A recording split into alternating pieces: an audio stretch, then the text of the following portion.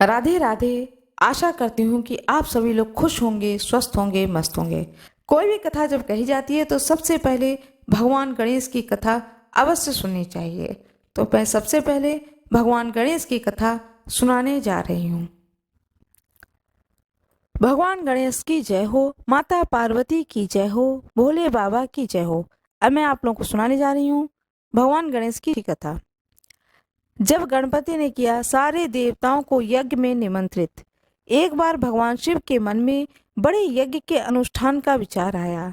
विचार आते ही वे शीघ्र यज्ञ आरंभ करने की तैयारियों में जुट गए। सारे गणों को यज्ञ अनुष्ठान की अलग अलग जिम्मेदारियां सौंप दी गईं। सबसे बड़ा काम था यज्ञ में सारे देवताओं को आमंत्रित करना। आमंत्रण भेजने के लिए पात्र व्यक्ति का चुनाव किया जाना था, जो समय रहते सभी लोकों में जाकर वहां के देवताओं को ससम्मान निमंत्रण दे आए। ऐसे में किसी ऐसे व्यक्ति का चयन किया जाना था जो तेजी से जाकर ये काम करें। लेकिन भगवान शिव को यह भी डर था कि कहीं आमंत्रण देने की जल्दी में देवताओं का अपमान न हो जाए। इसलिए उन्होंने इस काम के लिए गणेश जी का चयन किया। गणेश जी बुद्धि और विवेक के देवता हैं। वे जल्दबाजी में भी कोई गलती नहीं करेंगे। यह सोचकर शिव जी ने गणपति को बुलाया और उन्हें समस्त देवी देवताओं को आमंत्रित करने का काम सौंपा। गणेश जी ने इस काम को संघर्ष स्वीकार किया, लेकिन उनके साथ समस्या यह थी कि उनका वाहन चूहा था जो बहुत तेजी से चल नहीं सकता था। गणेश जी काफी देर तक चिंतन किए कि किस तरह से सभी लोगों में जाकर आदर पूर्वक सारे देवताओं को यज्ञ में शामिल होने का आमंत्रण दिया जाए। बहुत विचार करने के बाद उन्होंने सारे आमंत्रण पत्र उठाए और पूजन सामग्री लेकर ध्यान में बैठे शिव जी के सामने बैठ गए। गणेश जी ने विचार किया कि यह तो सत्य है कि सारे देवताओं का वास भगवान शिव में है। उनको प्रसन्न किया तो सारे देवता प्रसन्न हो जाएंगे। यह सोच करके गणेश जी ने शिव जी का पूजन किया और सारे देवताओं का आवाहन करके सभी आमंत्रण पर शिव को ही समर्पित कर दिए। सारे आमंत्रण देवताओं तक स्वतः ही पहुंच गए और सभी यज्ञ में नियत समय पर ही पहुंच गए। इस तरह गणेश जी ने एक मुश्किल काम को अपनी बुद्धिमानी से आसान कर दिया। भगवान गणेश की जय हो, सभी देवी देवताओं की जय हो, भगवान शिव की जय हो, माता पार्वती की जय हो। भगवान गणेश की पौराणिक कथा। वैसे तो गणेश जी की गज आकृति को लेकर सबसे ज्यादा सुनी सुनाई जाने वाली कथा तो यही है कि पार्वती जी ने नहाने से पहले एक बालक की आकृति बनाकर उसमें प्राण डाल दिए और उसे पहरे पर बैठा दिया, जिसका सिर भगवान शिव ने काटा था। और फिर पार्वती के क्रोध को शांत करने के लिए एक हाथी के बच्चे का सिर जोड़ दिया। लेकिन कुछ पुराणों में इसके अलग अलग संदर्भ भी मिलते हैं। ब्रह्मवर्त पुराण में कथा कुछ अलग ही है। कथा कुछ ऐसी है कि एक बार भगवान शिव के शिष्य शनि देव कैलाश पर्वत पर आए। उस समय भगवान शिव ध्यान में थे तो शनि देव सीधे पार्वती जी के दर्शन के लिए पहुंच गए। तब पार्वती जी बालक गणेश के साथ बैठी थी। बालक गणेश का मुख सुंदर और हर तरह के कष्ट को भुला देने वाला था। शनि देव आंखें नीचे कर पार्वती जी से बातें करने लगे। पार्वती जी ने देखा कि शनि देव किसी को देख नहीं रहे। वे लगातार अपनी निगाहें नीचे किए हुए हैं। पार्वती जी ने शनि देव से पूछा कि वे किसी को देख क्यों नहीं रहे, क्या उनका कोई दृष्टि दोष हो गया? शनि देव ने कहा कि नहीं, उन्हें उनकी पत्नी ने श्राप दिया है कि वह जिसे देखेंगे उसका विनाश हो जाएगा। पार्वती जी ने पूछा कि उनकी पत्नी ने ऐसा श्राप क्यों दिया है, तो शनि देव कहने लगे कि मैं लगातार भगवान शिव के ध्यान में रहता हूँ। एक बार मैं ध्यान में था और मेरी पत्नी ऋतुकाल से निवृत्त होकर मेरे समीप आई, लेकिन ध्यान में होने के कारण मैंने उसकी ओर नहीं देखा। उसने इसे अपना अपमान समझा और मुझे श्राप दे दिया कि मैं जिसकी ओर देखूंगा उसका विनाश हो जाएगा। यह बात सुनकर पार्वती जी ने कहा कि आप मेरे पुत्र गणेश जी की ओर देखिए, उसके मुख का तेज समस्त कष्ट को हरने वाला है। शनि देव भगवान गणेश पर दृष्टि डालना नहीं चाहते थे, लेकिन वे माता पार्वती के आदेश की अवहेलना भी नहीं कर सकते थे। सो उन्होंने तिरछी निगाह से भगवान गणेश जी की ओर धीरे से देखा। शनि देव की दृष्टि पड़ते ही बालक गणेश का सिर धड़ से कटकर नीचे गिर गया। तभी भगवान विष्णु एक गज बालक का सिर लेकर पहुंचे और गणेश जी के सिर पर उसे स्थापित कर दिया। भगवान गणेश की जय हो, माता पार्वती की जय हो, शनि देव की जय हो, भगवान विष्णु की जय हो। सर्व मनोकामनाओं की पूर्ति हेतु रविवार भगवान सूर्य का व्रत श्रेष्ठ माना जाता है। इस व्रत की विधि इस प्रकार है। प्रातः काल स्नान आदि से निवृत्त होकर स्वच्छ वस्त्र धारण करें। शांत चित्त होकर परमात्मा का स्मरण करें। भोजन एक समय से अधिक नहीं करना चाहिए। भोजन तथा फलाहार सूर्य भगवान के प्रकाश के रहते कर लेना चाहिए।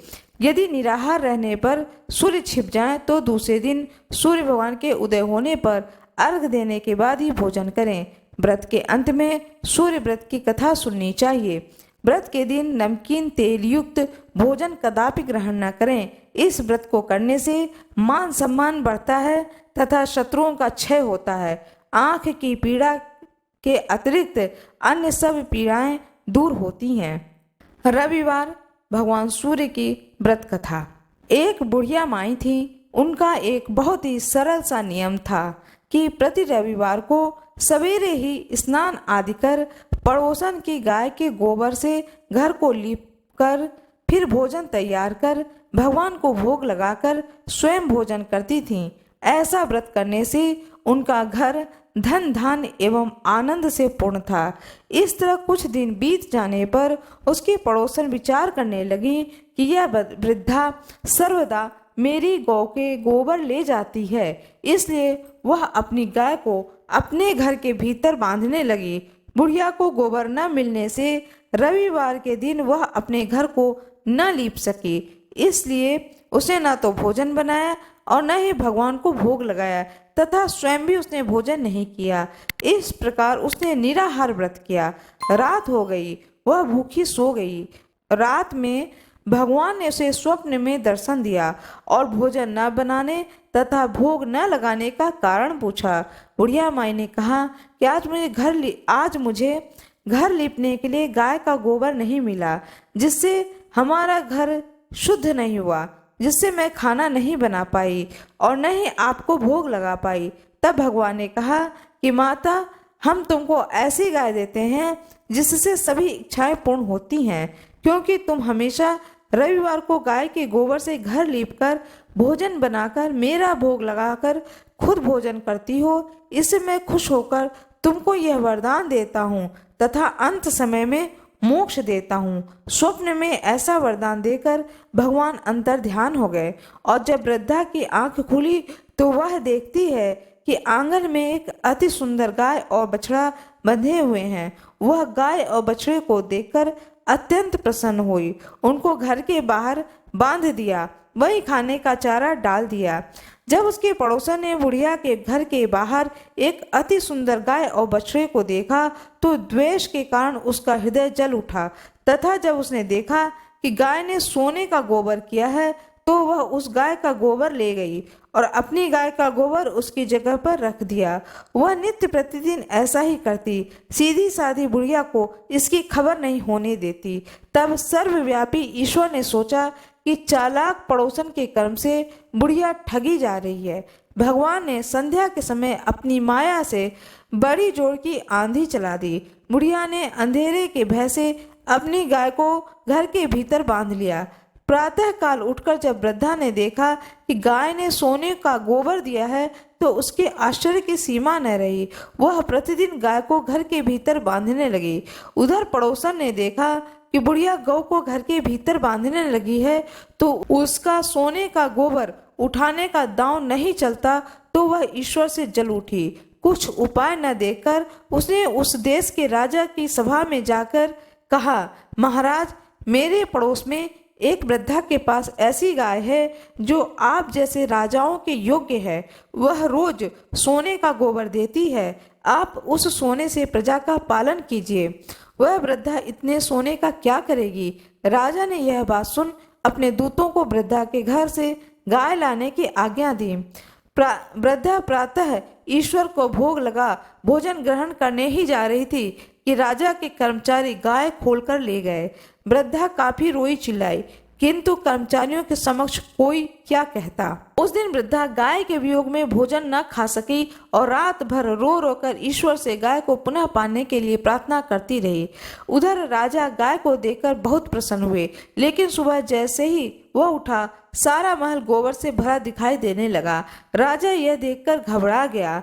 राजा ने रात में स्वप्न में भगवान ने कहा कि राजा, गाय को वृद्धा को लौटाने से ही तेरा भला है। उसके रविवार के व्रत से प्रसन्न होकर मैंने उसे यह गाय दी थी। प्रातः होते ही राजा ने वृद्धा को बुलाकर बहुत से धन के साथ सम्मान सहित गाय व बछड़ा लौटा दिया। उसके पड़ोसन को बुलाकर उचित दंड दिया। इतना करने के बाद राजा के महल से गंदगी दूर हो गई। उस दिन से राजा ने नगर निवासियों को आदेश दिया कि राज्य की तथा अपनी समस्त मनोकामनाओं की पूर्ति के लिए रविवार को व्रत करो। व्रत करने से नगर के लोग सुखी जीवन व्यतीत करने लगे। कोई भी बीमारी तथा प्रकृति का प्रकोप उस नगर पर नहीं होता था। सारी प्रजा सुखी रहने लगी।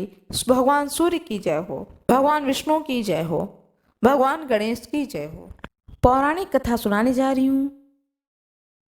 भगवान शिव और माता पार्वती की पुत्री अशोक सुंदरी की जन्म कथा। कैसे हुआ अशोक सुंदरी की जन्म, माता पार्वती ने अशोक सुंदरी को क्या वरदान दिया था, किससे और कैसे हुआ अशोक सुंदरी का विवाह और कैसे मिली नहुष को इंद्र की गद्दी। भगवान शिव और माता पार्वती की पुत्री। जैसा कि हम सभी लोग जानते हैं, कार्तिकेय और गणेश जी के अलावा भगवान शिव और माता पार्वती की एक पुत्री भी थी, जिनका की नाम अशोक सुंदरी था। इस बात का उल्लेख पद्म पुराण में भी किया गया है। अशोक सुंदरी एक देव कन्या थी जो अत्यधिक सुंदर थी। शिव और पार्वती की इस पुत्री का वर्णन पद्म पुराण में है, जिनके अनुसार एक दिन माता पार्वती ने भगवान शिव से संसार के सबसे सुंदर उद्यान में घूमने का आग्रह किया। अपनी पत्नी की इच्छा पूर्ति के लिए भगवान शिव उन्हें नंदन वन में ले गए, जहां माता पार्वती को कल्प वृक्ष नामक एक पेड़ से लगाव हो गया। कल्प वृक्ष मनोकामनाएं पूर्ण करने वाला वृक्ष था, अतः माता उसे अपने साथ कैलाश ले आई और एक उद्यान में स्थापित कर दिया।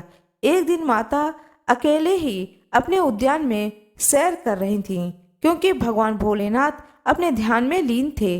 माता को अकेलापन महसूस होने लगा, इसलिए अपने अकेलेपन दूर करने के लिए उन्होंने एक पुत्री की इच्छा व्यक्त की। तभी माता को कल्प वृक्ष का ध्यान आया, जिसके पश्चात वह उसके पास गई और एक पुत्री की कामना की। चूंकि कल्प वृक्ष मनोकामना पूर्ति करने वाला वृक्ष था, इसलिए उसने तुरंत ही माता की इच्छा की पूरी कर दी, जिसके फलस्वरूप उन्हें एक सुंदर कन्या मिली, जिसका नाम उन्होंने अशोक सुंदरी रखा। उसे सुंदरी इससे कहा गया क्योंकि वह बेहद खूबसूरत थी। माता पार्वती ने अशोक सुंदरी को वरदान दिया। माता पार्वती अपनी पुत्री को प्राप्त कर बहुत प्रसन्न हुई, इसलिए माता ने अशोक सुंदरी को यह वरदान दिया था कि उनका विवाह देवराज इंद्र जितने शक्तिशाली युवक से होगा। अशोक सुंदरी का विवाह ऐसा माना जाता है कि चंद्रवंशीय नहुष के साथ होना तय था। एक बार अशोक सुंदरी अपनी सखियों के संग नंदन वन में विचरण कर रही थीं। तभी वहां हुंड नामक एक राक्षस आया। वह अशोक सुंदरी पर मोहित हो गया, उससे विवाह करने का प्रस्ताव रख दिया। तब अशोक सुंदरी ने उसे भविष्य में उसके पूर्व नियत विवाह के संदर्भ में बताया। यह सुनकर हुंड क्रोधित हो उठा। उसने कहा कि वह नहुष का वध करके उससे विवाह करेगा। राक्षस की दृढ़ता देखकर अशोक सुंदरी ने उसे श्राप दिया कि उसकी मृत्यु उसके पति के हाथों से ही होगी। तब उस दुष्ट राक्षस ने नहुष को ढूंढने निकल पड़ा और उसका अपहरण कर लिया। जिस समय हुंड ने नहुष को अगवा किया था, उस वक्त वह बालक थे। राक्षस की एक दासी ने किसी तरह राजकुमार को बचाया और ऋषि वशिष्ठ के आश्रम में ले आई, जहां उसका पालन पोषण हुआ। जब राजकुमार बड़े हुए तब उन्होंने हुंड का वध कर दिया, जिसके पश्चात माता पार्वती और भोलेनाथ के आशीर्वाद से उनका विवाह अशोक सुंदरी के साथ संपन्न हुआ। बाद में अशोक सुंदरी को ययाति जैसा वीर पुत्र और 100 रूपवान कन्याओं की प्राप्ति हुई। इंद्र के घमंड के कारण उन्हें श्राप मिला कि उनका पतन होगा और उनके अभाव में नहुष को अस्थायी रूप से स्वर्ग की गद्दी दी जाएगी। इसके बाद भगवान इंद्र को पुनः उनकी गद्दी वापस मिल जाएगी। भगवान शंकर की जय हो, माता पार्वती की जय हो, अशोक सुंदरी की जय हो, भगवान गणेश की जय हो। आज मैं आप लोगों को एक पौराणिक कथा सुनाने जा रही हूँ। श्राद्ध में भगवान श्री राम अपनी पत्नी सीता जी के साथ में पिता दशरथ जी का श्राद्ध करने गया धाम पहुंचे थे। वह पौराणिक कथा सुनाने जा रही हूँ। भगवान श्री राम अपनी पत्नी सीता जी के साथ में पिता दशरथ का श्राद्ध करने गया धाम पहुंचे। श्राद्ध कर्म करने के लिए आवश्यक सामग्री लाने के लिए भगवान राम अपने भाई लक्ष्मण के साथ चले गए। तब तक राजा दशरथ की आत्मा ने पिंड की मांग कर दी। फाल्गुन नदी तट पर अकेले बैठी सीता जी अत्यंत असमंजस में पड़ गईं। माता सीता जी ने फाल्गुन नदी, गाय, वटवृक्ष और केतकी के फूल को साक्षी मानकर पिंडदान कर दिया। जब भगवान श्री राम आए तो उन्हें पूरी कहानी सुनाई, परंतु भगवान राम को विश्वास नहीं हुआ। जिन्हें साक्षी मानकर पिंडदान किया था उन सबको सामने लाया गया। पंडा, फल्गु नदी, गाय और केतकी के फूल ने झूठ बोल दिया, परंतु अक्षयवट ने सत्यवादिता का परिचय देते हुए माता की लाज रख ली। इससे क्रोधित होकर माता सीता ने फल्गु नदी को श्राप दे दिया कि तुम सदा सूखी रहोगी, जबकि गाय को मैला खाने का, जूठा खाने का श्राप दे दिया। केतकी के फूल को पितृ पूजन में निषेध किया गया। बट वृक्ष पर प्रसन्न होकर के सीता जी ने उसे सदा दूसरों की छाया प्रदान करने के व लंबी आयु का वरदान दिया। फिर उन्होंने अपने ससुर दशरथ जी को मनि मन प्रणाम करके उन्हें निमंत्रण दिया कि कृपया आप आएं और बताएं अपने पुत्र राम जी को कि मैंने आपको पिंड दान किया है। तब स्वयं दशरथ जी आए और धरती के नीचे से अपने दोनों हाथ को बाहर निकाले। वह आज भी पत्थर के रूप में 2 हाथ जमीन से निकले हुए हैं। उस स्थान को विष्णुपद कहा जाता है। स्वयं साक्षी बने दशरथ जी कि हाँ, माता सीता ने उन्हें पिंडदान किया है। इस चीज को देख करके भगवान राम माता सीता पर अत्यधिक प्रसन्न हुए और स्वयं दशरथ जी ने भी माता सीता को अत्यंत प्रसन्न होकर के आशीर्वाद दिया। वट वृक्ष अभी भी तीर्थयात्रियों को छाया प्रदान करता है। आज भी फल्गु तट पर स्थित सीता कुंड में बालू का पिंडदान करने की क्रिया परंपरा संपन्न होती है। जय माता दी। राधे राधे। जय श्री गया जी की, हरि विष्णु जी की जय हो। अब मैं आप लोगों को सुनाने जा रही हूँ पितृपक्ष की पौराणिक कथा। कहा जाता है कि जब महाभारत के युद्ध में दानवीर कर्ण का निधन हो गया और उनकी आत्मा स्वर्ग पहुंच गई, तो उन्हें नियमित भोजन की बजाय खाने के लिए सोना और गहने दिए गए। इस बात से निराश होकर कर्ण की आत्मा ने इंद्रदेव से इसका कारण पूछा। तब इंद्र ने कर्ण को बताया कि आपने अपने पूरे जीवन में सोने के आभूषणों को दूसरों को दान किया, लेकिन कभी भी अपने पूर्वजों को कुछ भी नहीं किया। आपने कोई भी श्राद्ध कर्म नहीं किए। तब कर्ण ने उत्तर दिया कि वह अपने पूर्वजों के बारे में नहीं जानता है। इस बात को सुनने के बाद भगवान इंद्र ने उन्हें 15 दिनों की अवधि के लिए पृथ्वी पर वापस जाने की अनुमति दी, ताकि वह अपने पूर्वजों को भोजन दान कर सकें। इसी 15 दिन की अवधि को पितृपक्ष के रूप में जाना जाता है। अब मैं दूसरी कहानी सुनाने जा रही हूँ। पितृपक्ष की पौराणिक कथा। पौराणिक कथा के अनुसार जोगे तथा भोगे दो भाई थे। दोनों अलग अलग रहते थे। जोगे धनी था और भोगे निर्धन था। दोनों में परस्पर बड़ा प्रेम था। जोगे की पत्नी को धन का अभिमान था, किंतु भोगे की पत्नी बड़ी सरल हृदय थी। पितृपक्ष आने पर जोगे की पत्नी ने उससे पितरों का श्राद्ध करने के लिए कहा, तो जोगी इसे व्यर्थ का कार्य समझकर टालने की चेष्टा करने लगा, किंतु उसकी पत्नी समझती थी कि ऐसा नहीं करेंगे तो लोग बातें बनाएंगे। फिर उसे अपने मायके वालों को दावत पर बुलाने और अपनी शान दिखाने का यह उचित अवसर लगा। अतः वह बोली कि आप शायद मेरी परेशानी की वजह से ऐसा कह रहे हैं, किंतु इसमें मुझे कोई परेशानी नहीं होगी। मैं भोगे की पत्नी को बुला लूंगी, दोनों मिलकर सारा काम कर लेंगे। फिर उसने जोगे को अपने पीहर न्योता देने के लिए भेज दिया। दूसरे दिन उसके बुलाने पर भोगे की पत्नी सुबह सवेरे आकर काम में जुट गई। उसने रसोइये तैयार किए, अनेक पकवान बनाए, फिर सभी काम निपटाकर अपने घर आ गई। आखिर उसे भी तो पितरों का श्राद्ध तर्पण करना था। इस अवसर पर न जोगे की पत्नी ने उसे रोका, न वह रुकी। शीघ्र ही दोपहर हो गई। पितर भूमि पर उतरे। जोगे भोगे के पितर पहले जोगे के यहाँ गए तो क्या देखते हैं कि उसके ससुराल वाले वहाँ भोजन पर जुटे हुए हैं। निराश होकर वे भोगे के यहाँ आए। वहाँ क्या था, मात्र पितरों के नाम पर अगियारी दे दी गई थी। पितरों ने उसकी राख चाटी। भूखे ही नदी के तट पर जा पहुँचे। थोड़ी देर में सारे पितर इकट्ठा हो गए और अपने अपने यहाँ के श्राद्धों की बड़ाई करने लगे।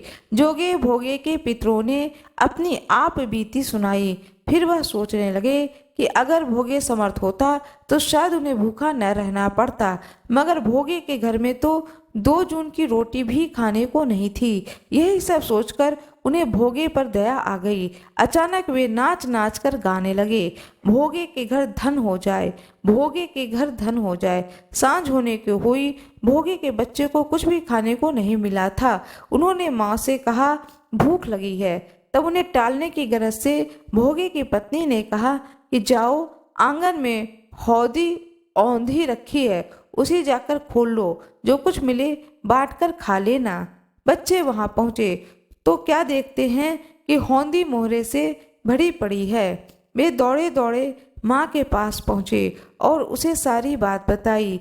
आंगन में आकर भोगे की पत्नी ने यह सब कुछ देखा तो वह हैरान रह गई। इस प्रकार भोगे भी धनी हो गया, मगर धन पाकर वह घमंडी नहीं हुआ।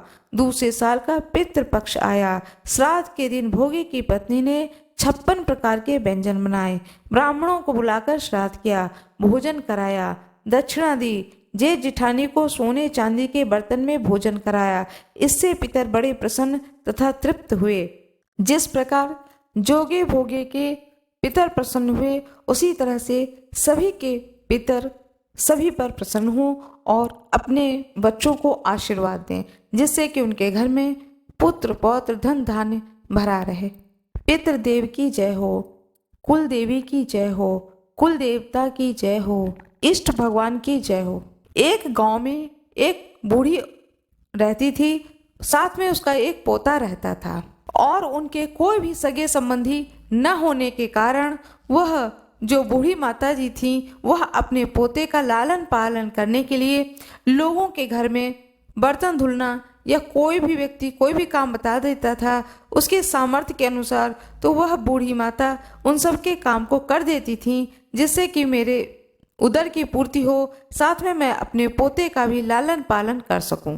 वह पोता जिस स्कूल में पढ़ता था, उस स्कूल में एक आयोजन हुआ, कार्यक्रम हुआ। उस कार्यक्रम के तहत हर एक बच्चे को कुछ न कुछ अपने घर से लेकर आना था। वह जो बालक था उसको बोला गया कि तुम अपने घर से 1 लीटर दूध लेकर आओ। वह बालक अपने घर आया और अपनी दादी से कहा, दादी आज स्कूल में 1 लीटर दूध मंगाया गया है, जो कि लेकर मुझे कल जाना है, स्कूल में खीर बनेगा। दादी ने कहा ठीक है। वह बूढ़ी माता भगवान गणेश की बहुत बड़ी भक्त थी। अब उनके पास सामर्थ्य नहीं था कि वह 1 लीटर दूध स्कूल में भेज सकें। और वह मना भी नहीं कर पा रही थी अपने पोते से कि मैं 1 लीटर दूध कहाँ से लेकर आऊँगी। तो वह अपने पोते से कहती हैं दूसरे दिन सुबह कि यह लोटा लो और लेकर जाओ जंगल में, तुम कहना हे गणेश भैया तुम आ जाओ, हे मेरे गणेश दोस्त तुम आ जाओ और इस लोटे में 1 लीटर दूध मुझे दे दो। जब वह तुम्हारा दोस्त आ जाए गणेश तो तुम्हें 1 लोटा दूध देगा, तब तुम उस दूध को लेकर के अपने स्कूल चले जाना। वह अबोध बालक अपनी दादी की बात को मान लिया। इधर दादी मन ही मन सोचती है कि यदि गणेश जी ना आए, किसी ने मदद इसकी नहीं की, तो यह बच्चा जंगल में भटक जाएगा। इस बात को सोचते सोचते वह बहुत दुखी हो जाती हैं और भगवान गणेश से प्रार्थना करती हैं कि हे गणेश भगवान मेरे पोते की मदद करना। उस बूढ़ी माता की पुकार को स्वयं भगवान गणेश जी सुनते हैं। सुनने के बाद में वह बालक जंगल में निकलता है। जंगल से होकर के ही उसका स्कूल पढ़ता था। जंगल को पार करके वह स्कूल डेली जाता था। तो जब वह लोटा लेके, जो दादी ने लोटा दिया था, उस लोटे को लेकर के वह निकलता है और आवाज़ देने लगता है जंगल में, ओ गणेशु भैया आ जाओ मुझे दूध दे जाओ, ओ गणेशु भैया आ जाओ मुझे दूध दे जाओ, स्कूल में 1 लीटर दूध मंगाया गया है, तुम जल्दी से आ जाओ, मुझे स्कूल जाने में देरी हो रही है। इस तरह से उसने पुकार लगाना शुरू किया। कुछ देर के बाद सामने से एक छोटा सा बालक, उसी पोते के बराबर की उम्र का एक छोटा सा बालक आ गया। उसने कहा ये लो दूध, ये तुम लोटा मुझे दे दो और मैं जो लोटा दे रहा हूँ इस लोटे में दूध भरा हुआ है, इस दूध को लेके तुम स्कूल चले जाओ। उसने कहा ठीक है। बोला ठीक है, रास्ते में तुम साथ में ही चलो। वह बच्चा यह नहीं जानता था कि गणेश जी कोई भगवान है, कोई ईश्वर है, वह यह नहीं जानता था। उसने सोचा कोई होगा बच्चा जिससे दादी कह रही है तो आवाज़ दूंगा तो बच्चा आ जाएगा और मुझे दूध दे के वह बच्चा चला जाएगा। जब उस बच्चे ने देखा कि मेरे बराबर का ही यह बच्चा है तो उसने कहा कि तुम भी मेरे साथ स्कूल तक चलो। बोला हाँ ठीक है चलो। भगवान गणेश उस बच्चे के साथ साथ बातें करते हुए दोस्त की तरह स्कूल तक चले गए। वह दूध ले जा करके अपने स्कूल में मास्टर जी को दिया कि मास्टर जी यह दूध लीजिए, मेरी दादी ने मेरे दोस्त से कहा था तो दोस्त ने ला करके मुझे दिया है। अब मास्टर जी ने दूध पलटना शुरू किया, दूध खत्म ही ना हो। भगोने में डाला गया, पूरा भगोना भर गया, फिर बड़े से भगोने में डाला गया, वह भगोना भी भर गया, फिर और भगोने में मंगाया गया, वो भी भर गया, लेकिन लोटा वैसे के वैसे भरा हुआ है। अब मास्टर जी ने सोचा यह कोई जादुई लोटा इस बच्चे के हाथ में कैसे आ गया। वो तो मास्टर जी ने क्या किया कि पूरा पूरा लोटा एक साथ पलट दिया, सारा दूध नीचे गिर गया। फिर जब वापस लोटा ठीक किया, सीधा किया, तो फिर उसमें दूध आ गया।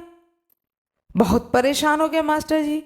अब उन्होंने कहा कि यह लोटा हम लोग रख लेते हैं, यह बच्चा तो नासमझ है, इसे यह लोटा वापस नहीं करेंगे। जब छुट्टी हो गई, खीर बना, प्रसाद बना, सबको भोग लगा, गणेश जी का भी भोग लगा, सभी बच्चों ने खाया, उस बालक को भी दिया गया। जब बच्चा लौटने लगा तो उसने कहा मास्टर जी वह लोटा दे दो, मेरे दोस्त का है, मैं उसे वापस करूँगा। बोले ठीक है, तुम वापस करोगे तो ये लोटा ले लो और हम भी तुम्हारे साथ में चलेंगे, तुम्हारे दोस्त से मैं मिलना चाहता हूँ। बोला ठीक है मास्टर जी, आप भी मिल लेना। कहाँ रहता है?